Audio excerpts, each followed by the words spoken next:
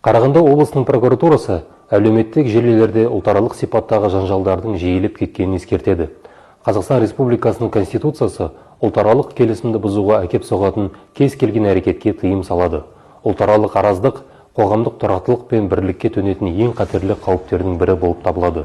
Бұндай әрекеттердің салдары жаппай тәртіпсіздіктерге, әлеуметтік құрылымның бұзылуына, сондай-ақ этностар мен мәдени топтар арасындағы терең қайшылықтарға алып келуі мүмкін. Аталған құқық бұзушылықтардың жасалу алаңы ретінде Instagram, TikTok, Threads сияқты әлеуметтік желілер танылып отыр. Бұл платформаларда әрбір қолданушыға пікір білдіру бостандығы берілген. Алайда ұлтаралық араздықты қоздыратын пікірлер Қазақстан Республикасының қылмыстық кодексінің 174 бабына сәйкес қылмыстық жауапкершілікке әкеп соғады.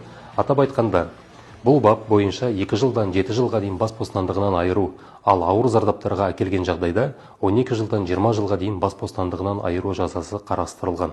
Аталған әрекеттер экстремистік қылмыстар санатына жатады.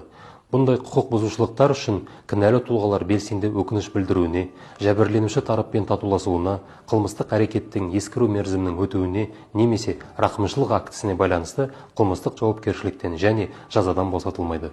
Тәжірибе көрсеткендей, құқық қорғау органдары тарапынан тұлғасы анықталғаннан кейін кінәлі азаматтар өз әрекеттеріне өкініп, көпшілік алдында кешірім сұрайды. Алайда бұл олардың жауапкершілігін жоюға негіз болып табылмайды. Осыған байланысты барлық азаматтарды заң талаптарын сақтауға, әрбір хабарламаға және айтылған сөздерге жауапкершілікпен қарауға шақырамыз.